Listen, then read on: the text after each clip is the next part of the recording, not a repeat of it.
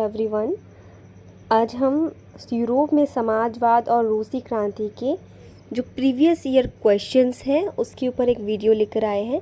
पिछले साल आपके 9th क्लास में जो इस चैप्टर से जो क्वेश्चन आए थे पेपर में, मैंने उनको लिख दिया है ताकि आप आइडिया ले सकें कि इस चैप्टर से कैसे कैसे क्वेश्चंस आएंगे। पार्ट 1 बच्चों, इसमें मैंने ओनली 4 ही क्वेश्चंस के लिए मैंने वीडियो बनाई है और एक्सप्लेन किया है।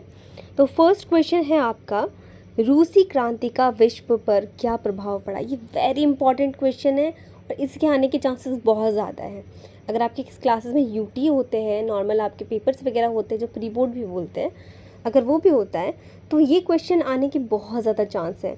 वेरी इंपॉर्टेंट क्वेश्चन है। तो इसका उत्तर है, क्रांति का विश्व पर गहरा प्रभाव पड़ा। इसने पूरे विश्व में समाजवादी आंदोलनों को प्रेरित किया।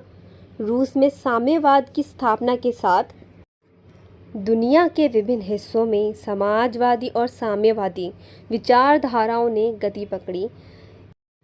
इससे मजदूर वर्ग के अधिकारों और पूंजीवाद के खिलाफ लड़ाई को समर्थन मिला। कई देशों में वामपंथी आंदोलन उभरे और राजनीतिक संरचनाएं बदल गई। इस प्रश्न में आए कुछ डिफ़िकल्ट वर्ड्स के मीनिंग मैंने ऐड की है बच्चों। पहला है समाजवादी आंदोलन। इस वर्ड का मतलब क्या है? एक ऐसा आंदोलन जिसमें समाज में सबको बराबरी का हक दिलाने की बात की जाती है, उसी आंदोलन को हम समाजवादी आंदोलन कहते हैं। दूसरा है साम्यवाद। ये साम्यवाद क्या है? साम्यवाद एक विचार है, मतलब थिंकिंग है, जिसमें कहा जाता है कि सारी चीज़ें मिलकर इस्तेमाल की जाए और सबको बराबर मिले। हमारा तीसरा डिफ़िकल्ट वर्ड है वामपंथी आंदोलन।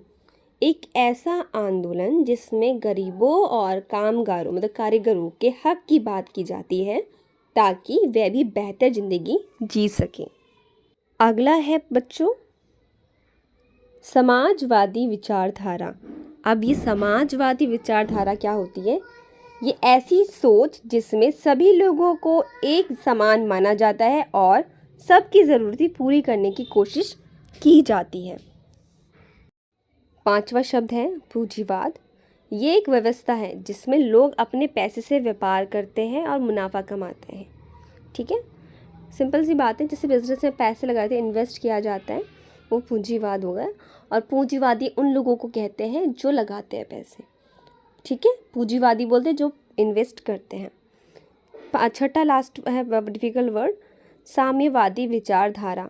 यह सोच है कि समाज में सब कुछ सभी के लिए हो, कोई अमीर गरीब का फर्क ना हो। ये साम्यवादी विचारधारा है।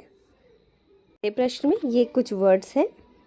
नेक्स्ट प्रश्न है हमारा, रूस में बोल्शेविक पार्टी के मुख्य उद्देश्य क्या थे? जो पार्टी गठन की गई थी तो उसका उद्देश्य क्या था? तो उत्तर है बच्चों, जारशाही का अंत और रूस में लोकतांत्रिक शासन की स्थापना। वो चाहते थे कि जारशाही का अंत हो जाए। जार कौन थे? जार निकोलस सेकंड वहाँ के राजा थे जिन्होंने बहुत ज़्यादा क्रूर, जो एक तरीके से बहुत क्रूर शासक था, जिसको आम जनता की सफरिंग से कोई प्रॉब्लम नहीं थी, उसको कोई लेना देना नहीं था दूर दूर तक।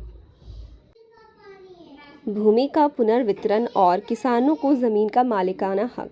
वो चाहते थे कि जितने भी किसान थे उनको, हर किसी को अपने अपने हिस्से की ज़मीन मिल सके।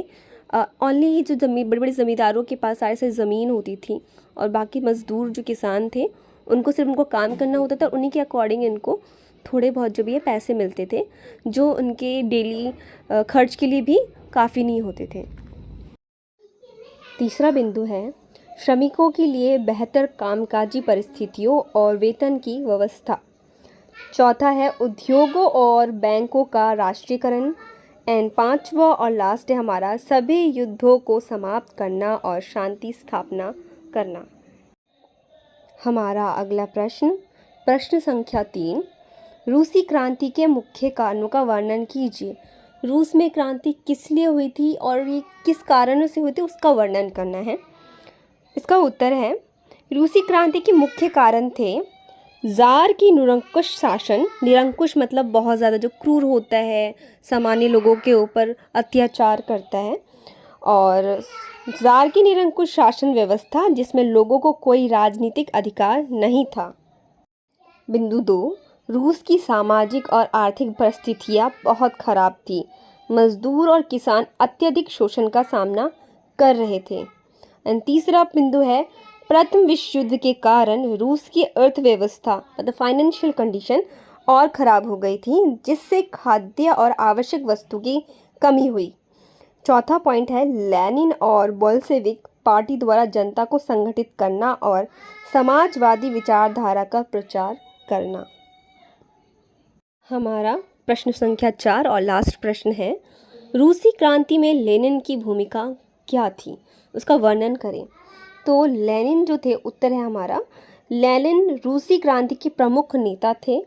उन्होंने बोल्शेविक पार्टी का नेतृत्व किया और अक्टूबर क्रांति में निर्णायक भूमिका निभाई। उन्होंने क्रांति के विचार को बढ़ावा दिया और जनता के बीच ज़ार विरोधी भावना को मजबूत किया।